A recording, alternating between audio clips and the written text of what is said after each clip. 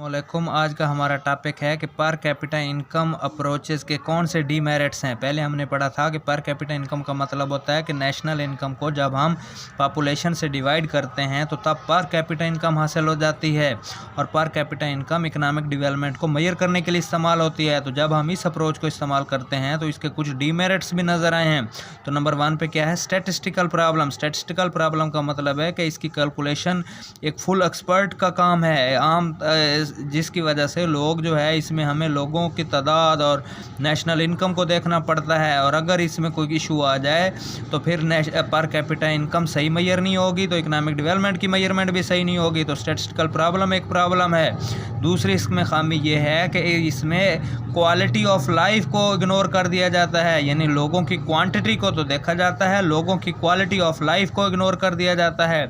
तीसरा इसमें है कि कुवैत पैराडॉक्स। जिस तरह से पैराडॉक्स का मतलब है कि थ्योरी और एविडेंस के दरमियान कन्फ्लिक्ट हो, थ्योरी कुछ कहे और एविडेंस कुछ हो। जिस तरह से अगर हम कुवैत की बात करें तो कुवैत की क्या है कि पर कैपिटा इनकम बहुत ज़्यादा है, लेकिन वहाँ पे क्या है फिर भी बहुत सारे मसाइल हैं, गुर्बत वगैरह हैं।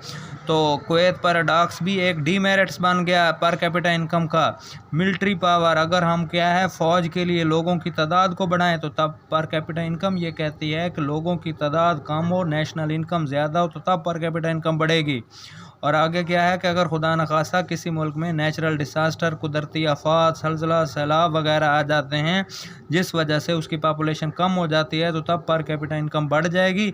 तो क्या फिर वहाँ पे इकोनॉमिक डेवलपमेंट हो जाएगी? तो ये डीमेरिट्स हैं पर कैपिटा इनकम अप्रोच के।